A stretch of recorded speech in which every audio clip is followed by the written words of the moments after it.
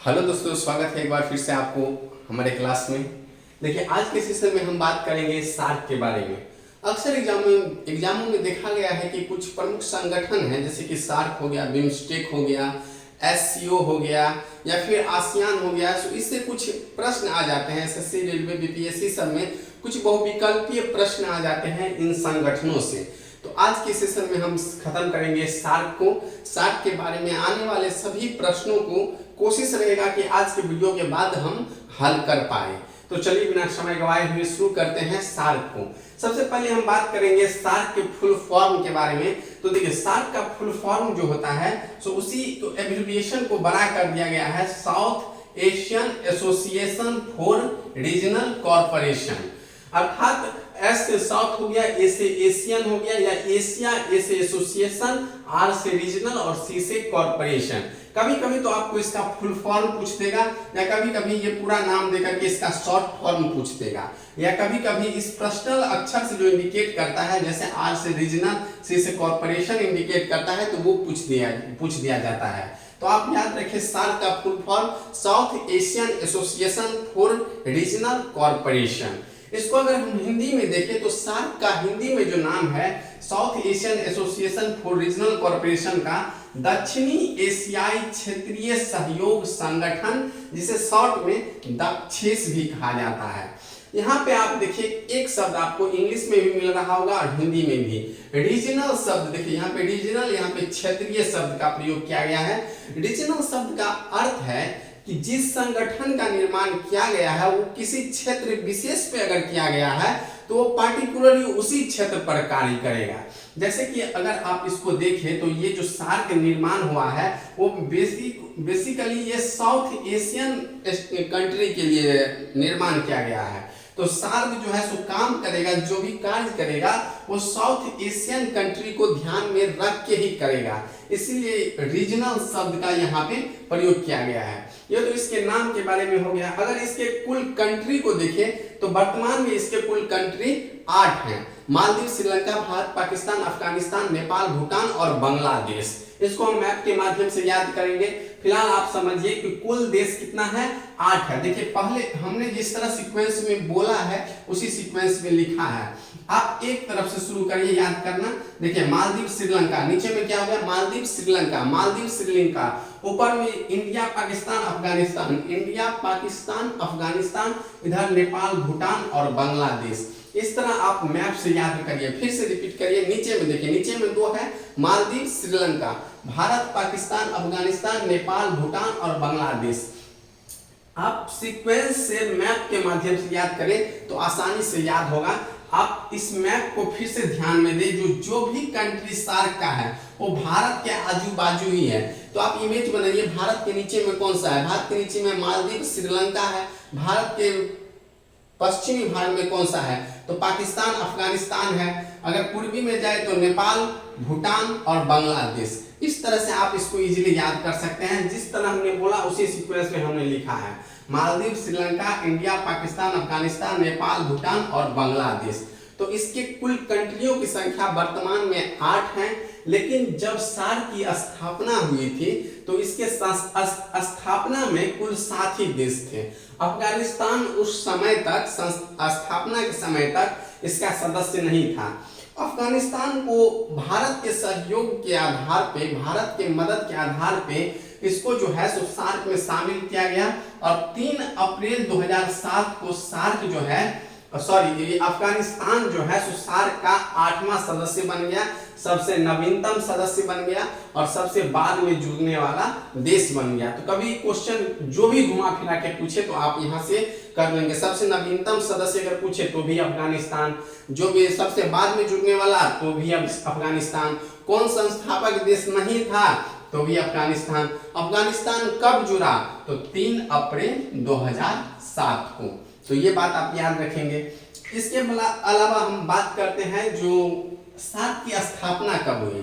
तो सार्क की स्थापना के पीछे एक ऐतिहासिक बैकग्राउंड है जिसको हम आगे देखेंगे।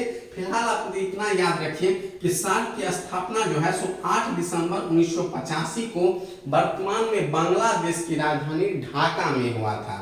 ठीक, कहाँ इसकी स्थापना हुई? तो बांग्लादेश की राजधानी ढाका में। कब? तो 8 दिसंबर 1985 का 85 को।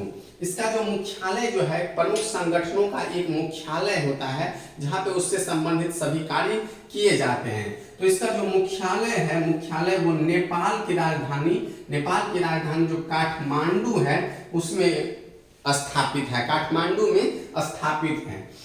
इसके स्थापना के ठीक 2 वर्ष बाद ही काठमांडू को इसका मुख्यालय बना दिया गया। काठमांडू जो है 16 जनवरी 1987 से सार्क का मुख्यालय है।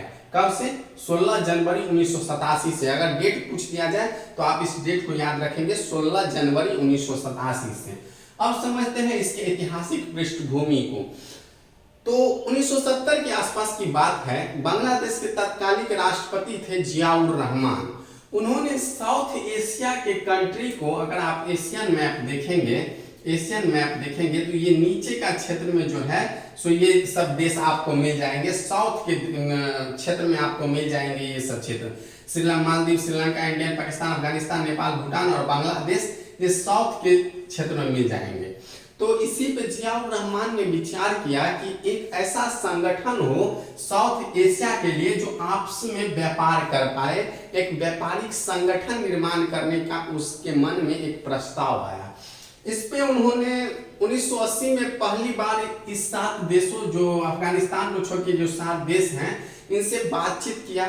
जो भी साउथ एशिया के कंट्रीज थे, 1980 में इस पे पहली बार बातचीत हुआ। फिर 1981 में श्रीलंका के कोलंबिया में इसी 7 देशों के जो विदेश सचिव थे, उन्होंने बैठ करके फिर इस पे डिबेट किया और इस पे जो भी बात थे उसको रखा गया, उस पर डिबेट किया गया। फिर 1983 में भारत के दिल्ली में भी सभी 7 कंट्री के विदेश मंत्रियों की बैठक हुई और एक चार्टर तैयार किया गया। चार्टर अर्थात इस संगठन को चलाने के लिए जो भी नियम कानून थे या जो भी प्रोविजन थे उसको तैयार किया गया और फाइनली 7-8 दिसंबर 1985 को बांग्लादेश के ढाका में सार्क के चार्टर पे सभी कंट्रियों ने हस्ताक्षर किया और ये जो है सो एक संगठन के रूप में आ गया। तो आप याद रखेंगे 1970 के दशक में सर्वप्रथम विचार किसके मन में आया? तो जियाउर रहमान। ये कौन थे? तो बांग्लादेश के प्रेसिडेंट थे। इस पे पहली बार बात कब किया गया? तो 1980 में। श्रीलंका में इस पे कब डिबेट हुआ? तो 1981 में। 1983 में दिल्ली में डिबेट हुआ और फाइनली ये बनकर तैयार हुआ 7-8 दिसंबर का जो बांग्लादेश में जो समिट हुआ, जो शिखर सम्मेलन हुआ, उसमें सभी देशों ने हस्ताक्षर करके सार्क को एक संगठन का रूप दिया।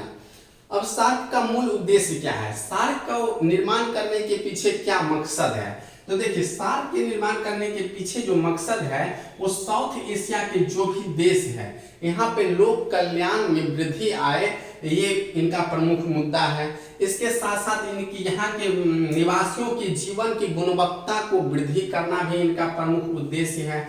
इसके अलावा व्यापार, आपसी व्यापार जो होगा तो आर्थिक क्षेत्र के विकास, इसी के साथ साथ राजनीतिक, सांस्कृतिक और सामाजिक क्षेत्र की भी उन्नति की ओर इसका कार्य करने का इसका प्रमुख उद्देश्य है।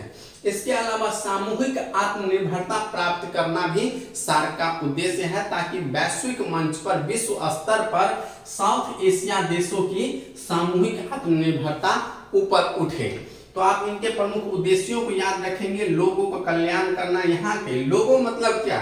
इस क्षेत्र के, पहले ही हमने बताया कि साउथ एशिया के संदर्भ में ये काम करेगा।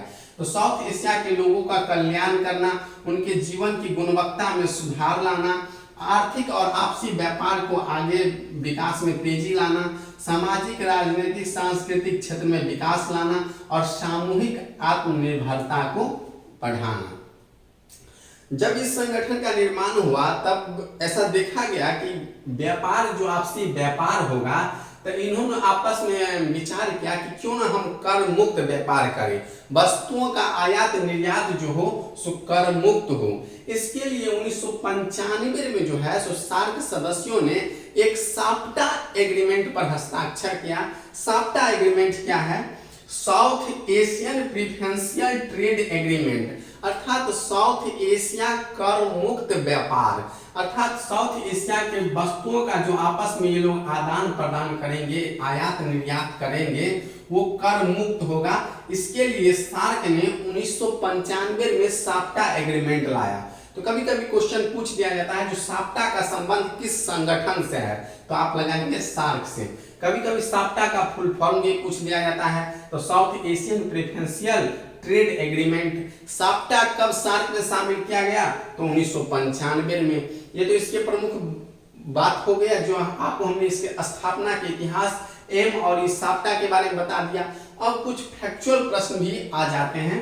देखिए कभी कभी पूछ दिया जाता है जो सार्क डे कब मनाया जाता है, तो सार्क डे जो है सो 8 दिसंबर को मनाया जाता है। ये जो सार्क है इसका जो कुल क्षेत्रफल है वो विश्व के कुल क्षेत्रफल का सिर्फ 3% ही भाग है। ये जो विश्व का कुल क्षेत्रफल अगर मान लीजिए ये है 100%, तो इसका मात्र 3% क्षेत्रफल ही सार्क है। तो ये भी प्रश्न में आ सकता है कि सार्क का क्षेत्रफल जो है सो विश्व के क्षेत्रफल का कितना परसेंट है, तो आप याद रखेंगे 3%। और यहाँ पे जो जनसंख्या आबादी है वो विश्व के कुल जनसंख्या आबादी का 21% है। तो ये बात भी आप याद रखेंगे। अगर पूछ दिया जाए कि सार्क में जनसंख्या जो है सो विश्व की जनसंख्या का कितना प्रतिशत है, तो 21%, और कुल क्षेत्रफल कितना प्रतिशत है, तो 3%। सार्क डे कब मनाया जाता है, तो 8 दिसंबर को। इसके संस्थापक देश तो 8 है जो मुख्य रूप से इस पे कार्य करते हैं, सॉरी इसमें कुल देशों की संख्या 8 है जो इन पे काम करते हैं। सार्क पे जो भी उद्देश्य है उनको आगे ले जाने में, उनको प्राप्ति में अपना कार्य करते हैं। साथ ही साथ इसमें कुछ ऑब्जर्वर कंट्री की भूमिका भी है। ऑब्जर्वर कंट्री के रूप में हम समझ सकते हैं कि ऐसा विशेष कंट्री जो कि सार्क का अवलोकन करे, सार्क का निरीक्षण करे, इसकी जो भी प्रगति है उसका अवलोकन करे, उस पर कोई विशेष टिप्पणी करे, उसकी दरिया मतलब एक तरह से देख सकते हैं देखने वाला, सार्क के ऊपर में टिप्पणी करने वाला, उसको सुझाव देने वाला जो देश है उसे पर्यवेक्षक देश कहते हैं।